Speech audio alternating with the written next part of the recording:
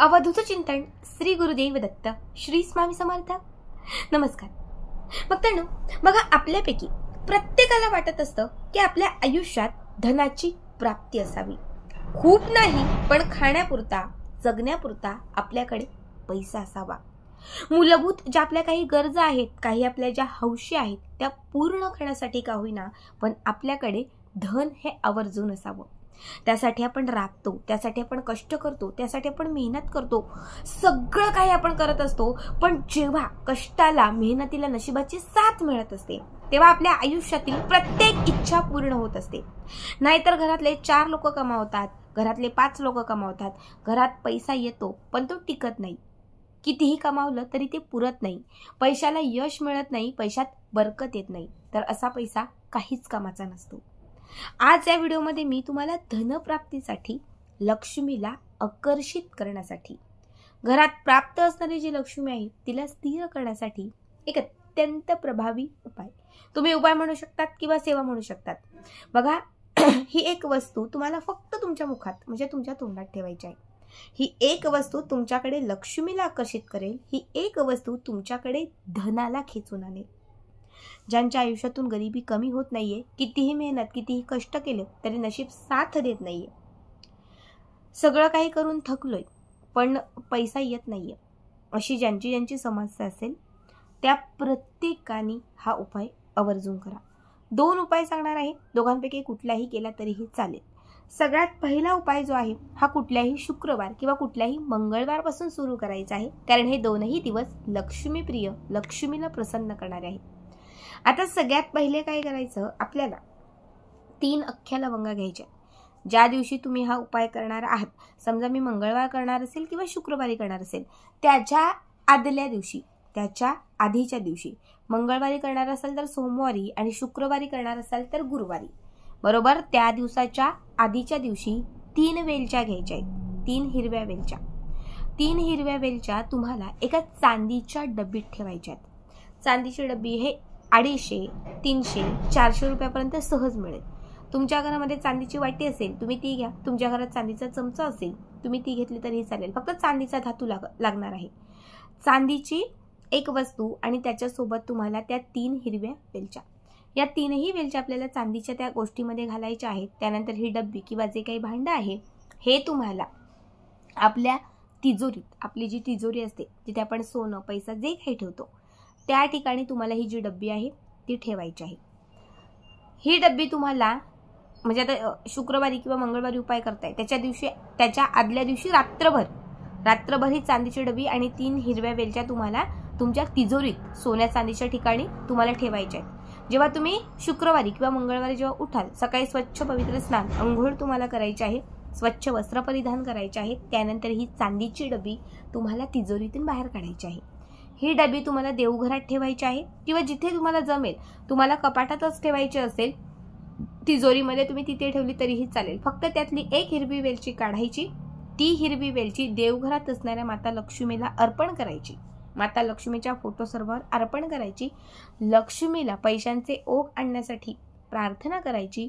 एक वेळा माता लक्ष्मीचं कनकधारा स्तोत्र म्हणायचं आणि त्यानंतर अभिमंत्रित केलेली ही हिरवी वेलची आपल्या तोंडात टाकून ती चगळत ग्रहण करायची। ठीक आहे, हे सकाळीच अगदी उपाशी पोटी। त्यानंतर दुपारी तुमचं जेवण वगैरे झालं किंवा जेवणाच्या अगोदर दुपारी 12, 12:30, फार 1च्या दरम्यान काय करायचं, पुन्हा दुसरी वेलची काढायची। आपण 3 वेलच्या घेतल्या होत्या, एक वेलची आपण सकाळी ग्रहण केलेली आहे, आता दुसरी वेलची घ्यायची, पुन्हा दुसरी वेलची घ्यायची, ती माता लक्ष्मीला अर्पण करायची, लक्ष्मीला धनप्राप्तीचे उघडण्यासाठी प्रार्थना करायची आणि त्यानंतर पुन्हा ही हिरवी वेलची जी आहे ही अभिमंत्रित करून कनकधारा स्तोत्राचं पठण करून ती आपल्या तोंडात टाकून ती ग्रहण करायची। ठीक आहे, आता 2 वेळच्या ग्रहण केल्यानंतर शेवटची एक तिसरी वेलची राहील। ही तिसरी वेलची संध्याकाळी 6 वाजता, 6, 6:30 लक्ष्मी प्राप्तीच्या टायमाला पुन्हा ज्या ठिकाणी ठेवलेली आहे चांदीच्या वस्तीतून तिथून काढायची, पुन्हा माता लक्ष्मीला अर्पण करायची, कनकधारा स्तोत्र म्हणायचं आणि अभिमंत्रित केलेली ही हिरवी वेलची संध्याकाळी आपण ग्रहण करायची। हा उपाय तुम्ही कमीत कमी 1 महिनाभर म्हणजे महिन्यात 4 शुक्रवार किंवा 4 मंगळवार जरी तुम्ही केला, तुम्हाला खूप याचा अनुभव येईल, लक्ष्मी स्थिर होईल, पैशांचे ओघ वाढत जातील श्रीमंत येईल, धनप्राप्ती होईल, अडकलेला पैसा जो आहे तो तुमच्या आयुष्यात पुन्हा परत येईल. आता दुसऱ्या उपायासाठी तुम्हाला लागणार आहे केशर. बघा, केशराच्या ज्या काड्या असतात ह्या तुम्हाला एक 4-5 केशराच्या काड्या घ्यायच्या आहेत आणि कच्चं दूध. कुठल्याही शुक्रवारच्या दिवशी तुम्हाला एक ग्लासभर कच्चं, म्हशीचं गाईचं कुठलंही चालेल, कच्चं दूध तुम्हाला ग्लासभर घ्यायचं आहे आणि त्याच्यामध्ये 4 ते 5 केशराच्या काड्या घालायच्या आहेत. ठीक आहे. आता हे दूध जे आहे हे तुम्हाला म्हणजे ज्या दिवशी तुम्ही हा उपाय करणार आहात त्या दिवशी सकाळ किंवा संध्याकाळी हे जे दूध आहे हे तुम्हाला तुमच्या घरात असणाऱ्या माता लक्ष्मी किंवा श्रीयंत्राच्या फोटोजवळ नैवेद्य स्वरूप तुम्हाला ठेवायचं आहे. तिथे ठेवायचे. त्या ग्लासवरती आपला उजवा हात तुम्हाला ठेवायचा आहे. उजवा हात ठेवून तुम्हाला माता लक्ष्मीचं स्मरण करायचं आहे. महालक्ष्मी अष्टकम किंवा कनकधारा स्तोत्राचं किंवा श्री सुक्तमाचं 7 वेळा पठण करायचे. जसं आपण तारक तीर्थ बनवतो 7 किंवा 11 वेळा ते म्हणजे मंत्र म्हणून आपण जसं ते पाणी अभिमंत्रित करतो, सेम तसंच हे केशर घातलेलं कच्चं दूध तुम्हाला लक्ष्मीचं स्मरण करून अभिमंत्रित करायचं आहे. आणि त्यानंतर हे तीर्थ जे आहे हे तुम्हाला घरातल्या 4ही कोपऱ्यांना शिंपडून, घराच्या उंबरठ्यावर शिंपडून, घराच्या थोडं बाहेर शिंपडायचं आहे. आणि राहिलेलं जे तीर्थ आहे हे कच्चं दूध आणि केशर मिश्रित हे तुम्हाला ग्रहण करायचं आहे. हा उपाय केल्यानंतर तुमच्या आयुष्यात, तुमच्या जीवनात तुम्हाला जिथे जिथे नशीब साथ देत नव्हतं तिथे नशिबाची साथ मिळेल. धनप्राप्तीचे योग चालून येतील. तुमच्या आयुष्यात जिथे जिथे तुमचा अडलेला पैसा होता तो पुन्हा परत येईल. दोनही उपाय बघा खूप साधे आहेत, खूप सोपे आहेत. दोघांपैकी तुम्हाला शक्य असेल तर तुम्ही दोनही उपाय करू शकता. दोघांपैकी अगदी तुम्हाला एकच करावासा वाटेल किंवा करायची इच्छा असेल तर तुम्ही अगदी एक केला तरीही चालेल. तुम्ही नेहमीच ऐकलं असेल की वेलची असेल, केशर असेल, तमालपत्र असेल, म्हणजे जे मसाल्यांचे काही विशेष पदार्थ असतात हे लक्ष्मीला प्रसन्न करणारे असतात.